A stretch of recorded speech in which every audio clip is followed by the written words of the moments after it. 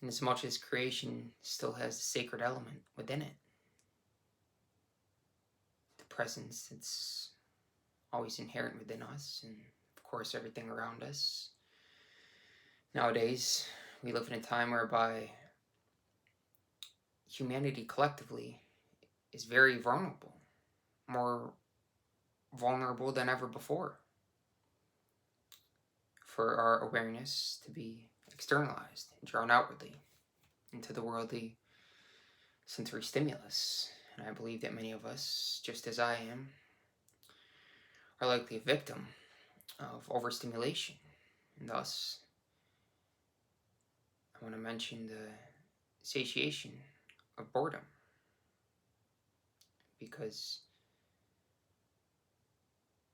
nowadays, like I said, we're vulnerable to having our attention drawn outwardly.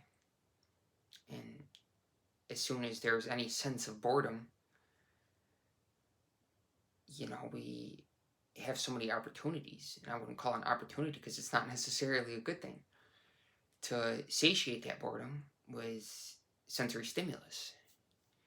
And I say that many of us are likely a victim to overstimulation because it takes away from our natural inherent ability to sit in the timeless stillness of our beingness and our ability to focus, which, worldly success or spiritual success is dependent on our ability to focus, our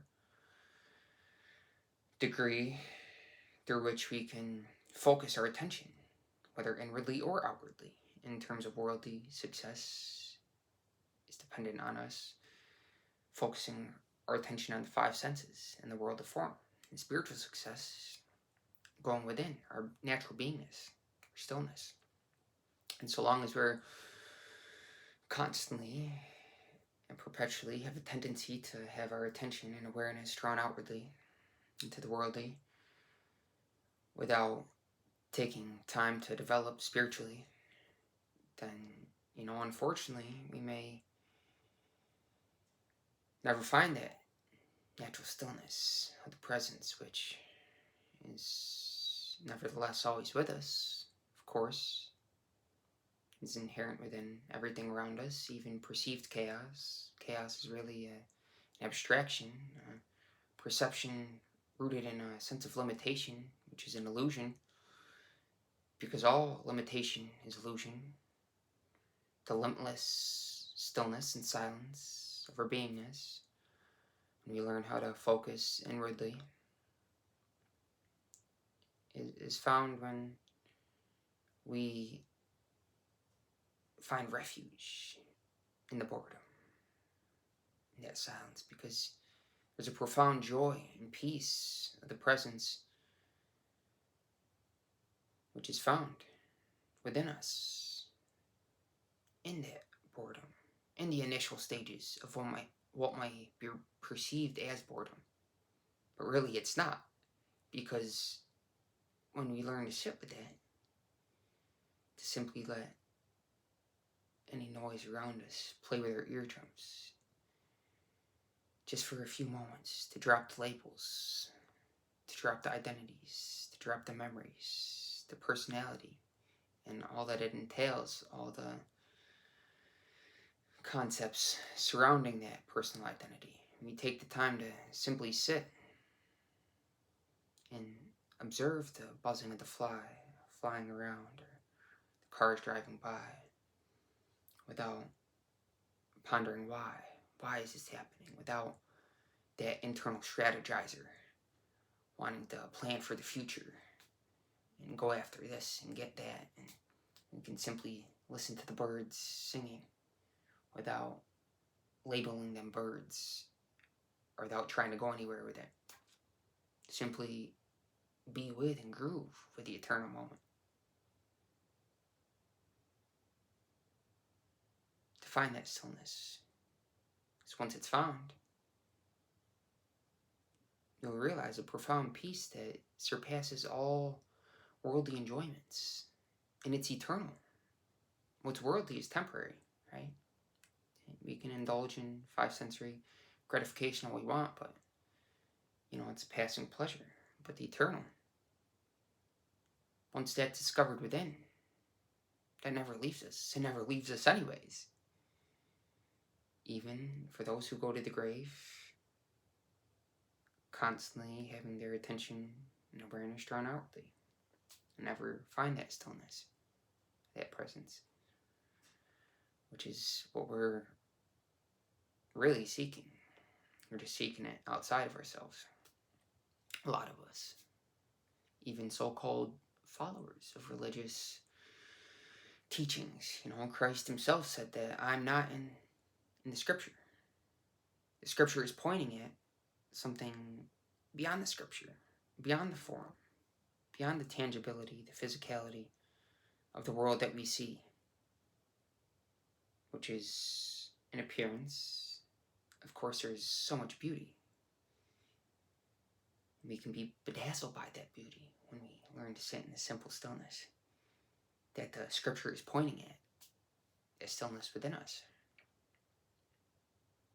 Even those times are, are very active. Sometimes, I don't know if you notice, you're very physically active at the gym. And you go home, and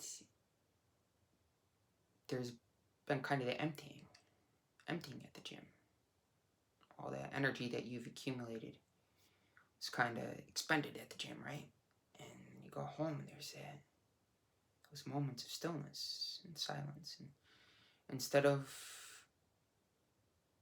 immediately going to get some food or flicking on the TV or whatever it may be, simply sit in that stillness and groove in the eternal moment. Revel in that silence.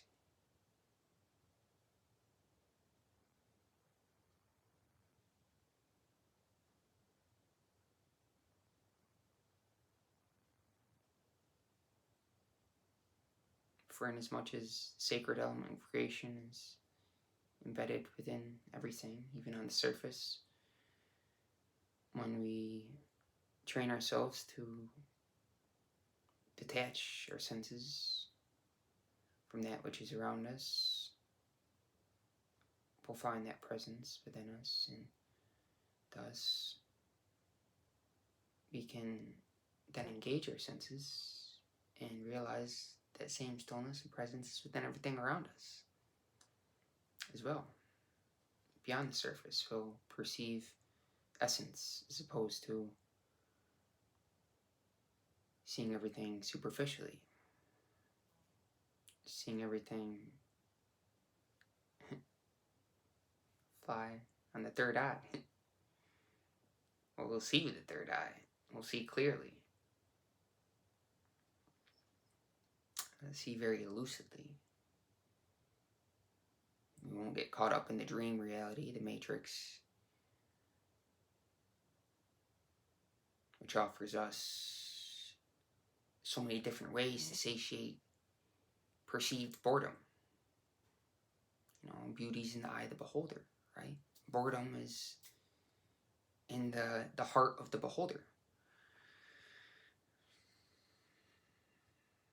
On the surface, but that deeper part of our heart wants us to get in tune with that stillness. As we go through the process of purification of the mind, of disidentifying with time,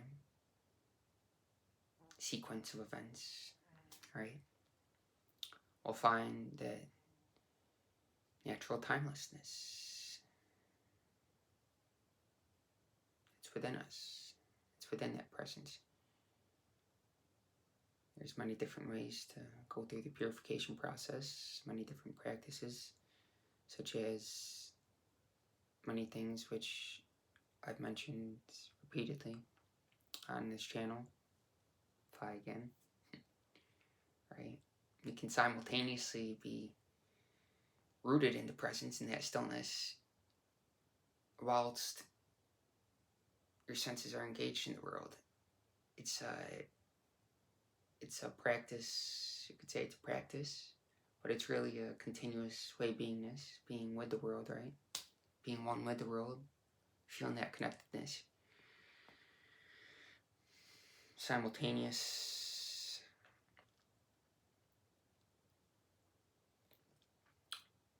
being rooted in that stillness, but engaged with the world. You're kind of living on two planes of existence, right? You're not separate from the world. You're not completely detached from it. You may practice a lot of detachment, but at the same time, there's that heartfelt involvement of being one with it. So don't have to be attached to detachment or attached to the world and its entertainment, what the Matrix offers us, right? Are we here for spiritual enlightenment? Are we here for entertainment? Because enlightenment is eternal. Again, stillness is eternal. But entertainment comes and goes. It offers us a passing pleasure, a passing dopamine fixation and the satiation of the boredom. But if we learn to sit with the boredom, we'll find that it's not really boredom, that it's a blessing. Because in what initially may seem like boredom is actually divinity, is that presence, which is found by transcendence, by having the discipline to let go, to surrender the personal self and all of its material motives, all of its worldly tendencies.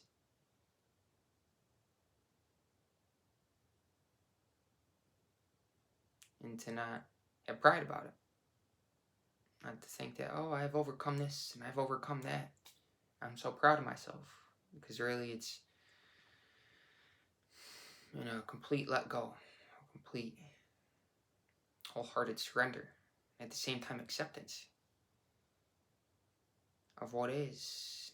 It's the ultimate peace, accepting every moment as it is without trying to change it. Because all change is actually an illusion. Because existence is continuous. It's a continuous and simultaneous unfolding of creation. There's no sequence of events. That's only our perception of those happenings and our memories associated with those happenings. But in this eternal now, there need not be an identification with memory, our personality. We can simply drop those thoughts, even for a few moments. Because many of us may claim to be religious and have a relationship with God through concepts and through thought. And that can be great, but it's not complete. Because the absolute can't be found via thought. Thoughts can help assist us to guide us back to that stillness and presence. But it's found in silence of the mind. It's found in absence of time. Thoughts, identification with them, is again like a sequence. It's a stream of consciousness. Thoughts arise and they go, and they rise and they go. But again, they're temporary. It's not that eternal, which is that space, that place from which thoughts arise. It's pure awareness, pure attention. Pure attention is free of thoughts, to simply engage the senses outwardly. There need be no thoughts. We can simply observe the world without, around us. without labeling it. And even if we are labeling it and naming it and thinking about it, we can simply observe that. Observe that stream of consciousness. Not try to change it. Not get upset with ourselves. Saying, oh, I can't be having the... No, simply accept it. Accept ourselves. Because naturally that'll translate to accepting everything else. And there'll still be a sense of connectedness. Be no judgment or separateness. We're not listening to the birds, judging them, right? Simply grooving with that continuous sense of creation. As the universe is expounding the Dharma. It's action.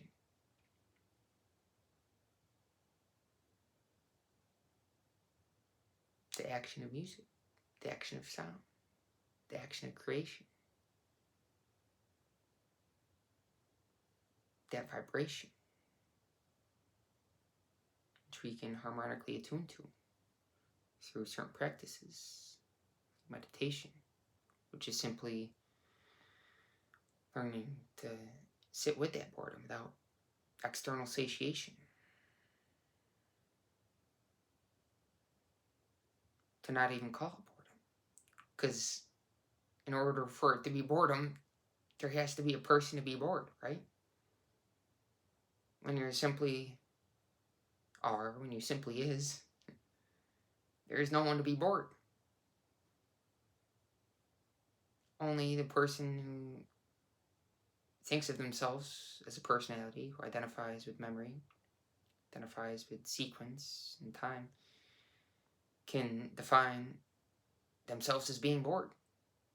But when that identity and thought is dropped, is gone, there's no one to be bored. So there's no boredom. Because we don't identify with perception in such cases. You know, when you say in such cases, because there's no case. A case requires a person, right? That person's a case.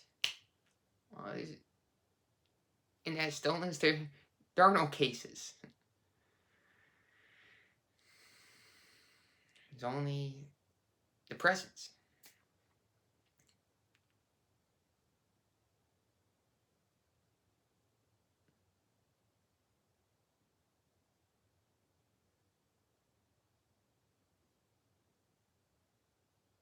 So we want to understand that a relationship with God via thought and concepts, although it may help us, help guide us to what it's trying to point at through the scriptures and through that which has been manifest through those who have found that stillness, who naturally want to share it with others and realize that they can't effectively via communication, even though the linear language system has embedded within it certain limitations, because it's based on linear Newtonian causality. It's based on time and memory. It has time infused into it. You start from the left side and you read the book from start to finish, right? But beyond that is what the words are pointing at, which is beyond time. It's that timelessness, that stillness, which is beyond all sensory indulgence, and at the same time can be found in sensory indulgence. It can be found while you're eating. It's with you anyways, always, regardless of your inner subjective experience. But we want to witness this in a sense that's continuous,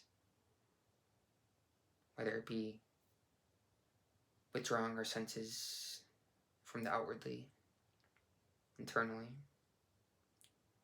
or engaging with the worldly. Either way, we can always feel at one with the Lord within us, And thus, we'll feel a continuous sense of guidance and protectedness, because that living force, that sense of protection, is actually a living force. And thus, we'll always feel protected. And we won't succumb to negative worldly forces, because although everything is God, there's not an iota of creation that is not infused with divinity, which is the essence of all humanity, beyond all appearance, beyond all perception, beyond all thought about it. For as much as there's that sacred element of creation,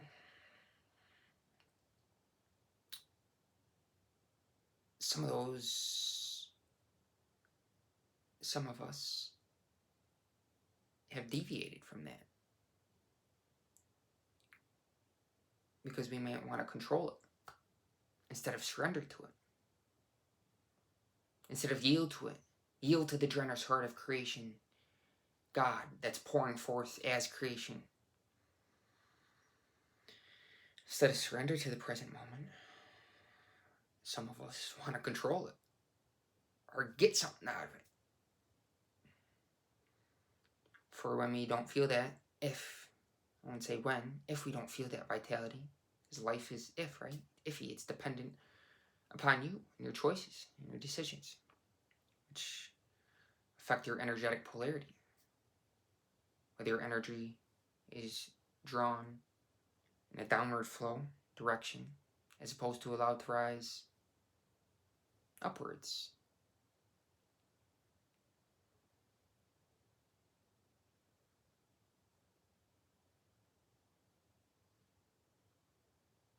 Whereby you'll be very alert and open to certain forces that seem to not have collective humanity's best interest in mind. They want to extract our energy via our attention being drawn outwardly. And this is not a victim's mentality, but many of us, like myself, like I said, is a victim to overstimulation. And if we feel that our vitality, because we want energy, right? That's something that's common for all of humanity. Each of us wants energy. We want that sense of vitality. We want to feel in the cells of our very body.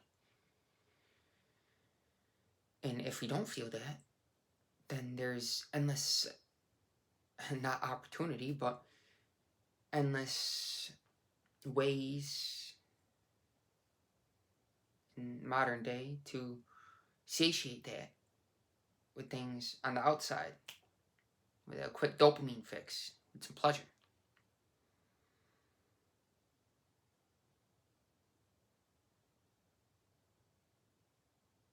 But naturally, when we discover that stillness within us, and thus our natural vitality, our inner abundance, so much resources within us, we won't feel any lack, regardless of any resources that we don't appear to have externally.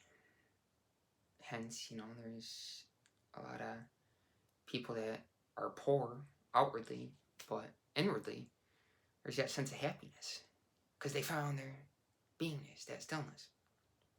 So regardless of what they have on the outside, they're always content inside.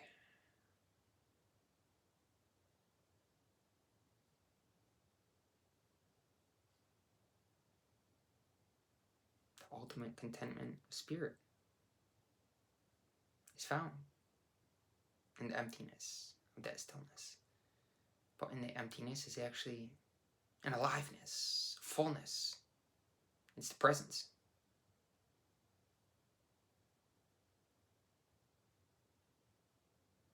To which we all have access. To which we are. It's only natural to seek that source intelligence. It's in accordance with nature's plan for us, with God's plan for us, with life's plans for us. Because what is God but life? That energy, that vitality.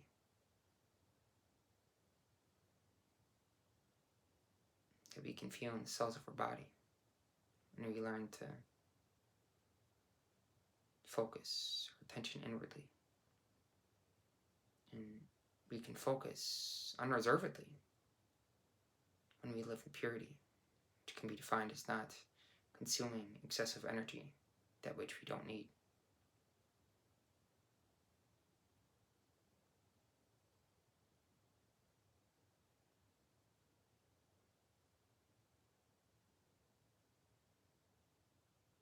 And you can focus your attention so much inwardly, even with your eyes open, that you can simultaneously feel the presence from the head to your toes. The awareness is in the whole body. It's permeating every cell of the body, right? Because there's that fullness. There's that sense of vitality. It's our birthright. It's our natural inheritance.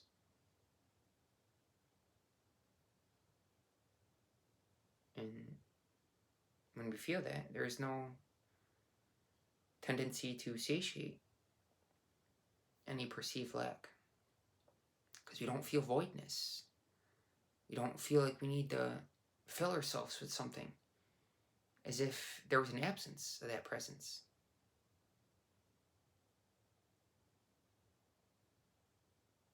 Because we live for the eternal, the immortal, which is beyond all appearance. It's the source of all appearance, that which is now manifest. Creation is finished. It's continuous. For as much as things on the surface appear to change, may seem to be in flux,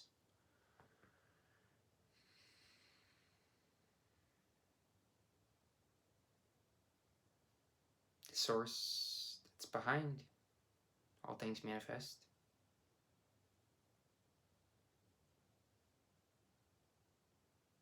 is the constant. It's a constant where we find ultimate contentment. It's a spirit. It's enlightenment. It's the source at the heart of all outward entertainment. To learn to differentiate between spirit and matter. It's what we can call true knowledge, right?